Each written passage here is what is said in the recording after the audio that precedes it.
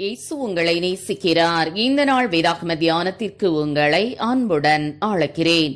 கிறிஸ்துவுக்குள் தேவன் உங்களுக்கு மன்னித்தது போல நீங்களும் ஒருவருக்கொருவர் மன்னியுங்கள்.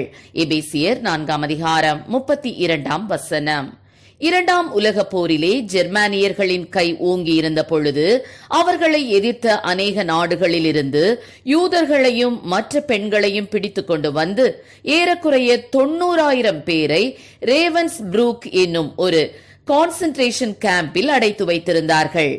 தி ஹைடிங் பிளேஸ் என்னும் புத்தகத்தை எழுதிய கோரி டென் பூம் என்ற பெண்ணும் அந்த கேம்பில் அடைத்து வைக்கப்பட்டிருந்தார். அங்கு நடந்த ஒரு சம்பவத்தை அவர் அந்த புத்தகத்தில் எழுதியுள்ளார். அதில் தான் அடைந்த சித்திரவதையால் மரித்த ஒரு சிறு பெண்ணின் ஆடைக்குள் இருந்த ஒரு தாள் அகப்பட்டது.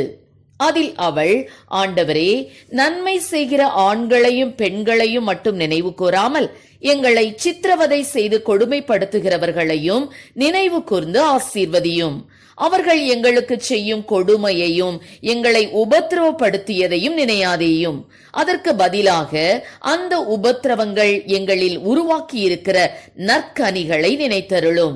பாடுபடுகிற எங்களிடையே உள்ள அன்பின் ஐக்கியம், பாடுகளில் தைரியம், பகிர்ந்து கொள்ளும் தன்மை, பெருந்தன்மையுள்ள இருதயம் ஆகிய இவையெல்லாம் இந்த உபத்திரவத்தினால் தானே எங்களில் உருவானது.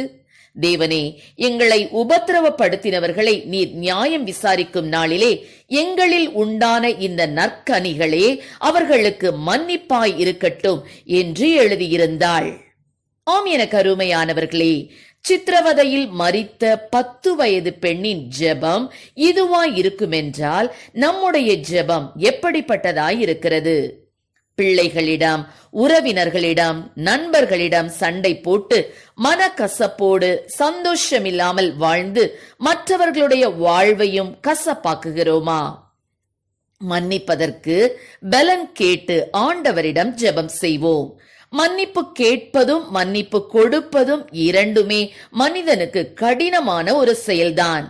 செய்தது தவறு என்று நன்றாக தெரிந்தாலும் தவறு செய்துவிட்டேன் என்று ஒப்புக்கொள்ளவும் மன்னிப்பு கேட்கவும் நாம் தயங்குவதுண்டு.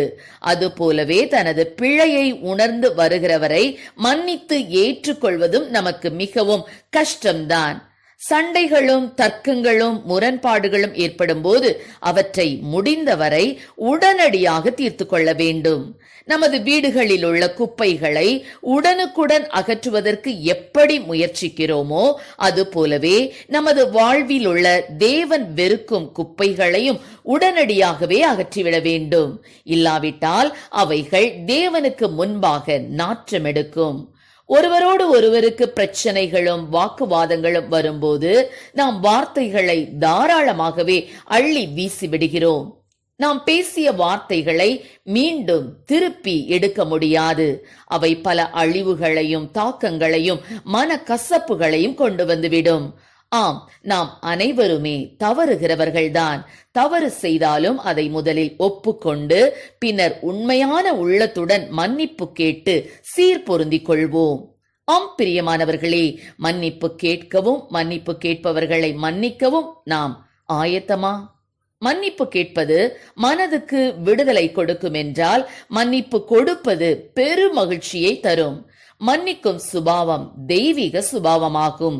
நீங்கள் மன்னித்து மறந்தால் உங்களுடைய இருதயத்தின் பாரம் நீங்கிவிடும்.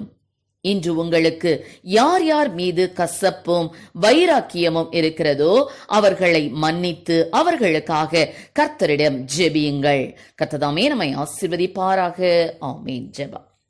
எங்களை அதிகமாய் நேசித்து நடத்துகிற எங்கள் அன்பின் பரலோக பிதாவே, அப்பா ஸ்தோத்திரம். ஆண்டவர், உமக்கு விரோதமாய் எழும்பினவர்களை என் தேவனீர் மன்னித்தீரே. தகப்பனே, அப்பா அவர் மன்னிக்கிறதற்கு தயை பெருத்திருக்கிறார் என்று சொல்லி நாங்கள் வேதத்திலே வாசிக்கிறோமே. ஆண்டவர், நம்முடைய பிள்ளைகளாகிய நாங்களும் கூட ஆண்டவரே அப்பா கிறிஸ்துவில் தேவன் உங்களுக்கு மன்னித்தது போல நீங்களும் ஒருவருக்கொருவர் மன்னியுங்கள் என்று சொன்ன வசனத்தின்படி அப்பா மன்னிக்கக்கூடிய இருதயத்தை என் தேவனீர் கொடுப்பீராக.